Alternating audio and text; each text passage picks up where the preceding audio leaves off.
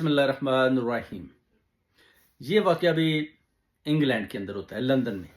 एक औरत होती है, वो एक आदमी से शादी करती है। आदमी की ऑलरेडी शादी पाकिस्तान में हुई होती है।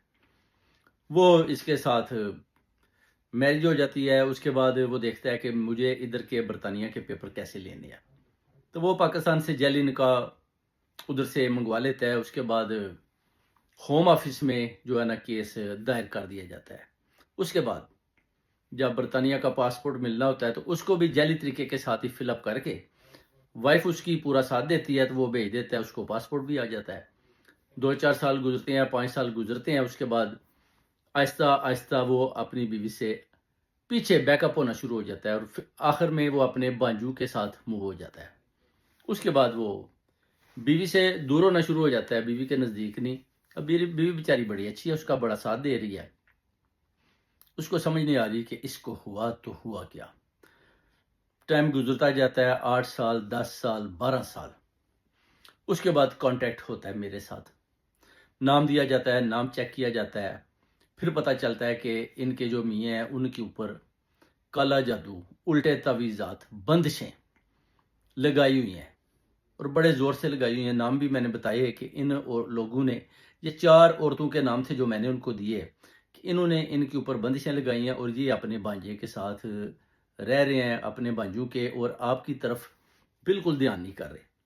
इसकी वजह ये भी है। वो कहते हैं ठीक है, इसके लिए फिर मैं कहता हूँ जी ठीक है जी, मैं इनके तवीज़ात निकालता हूँ।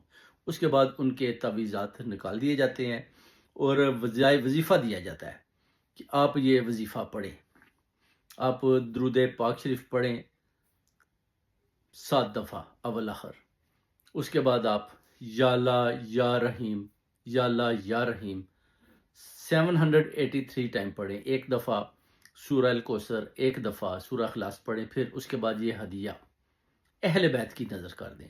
तो मैंने कहा इंशाल्लाह आप देखेंगे कि आपके मियाँ जो है ना वो वापस आएंगे। एक नक्श भी आपको दूंगा, उस नक्श को भी आपने घर में उस नूरानी नक्श को लगाना है और डेफिनेटली आपके मियाँ जो है ना वो आपकी तरफ देखेंगे और वापस आएंगे।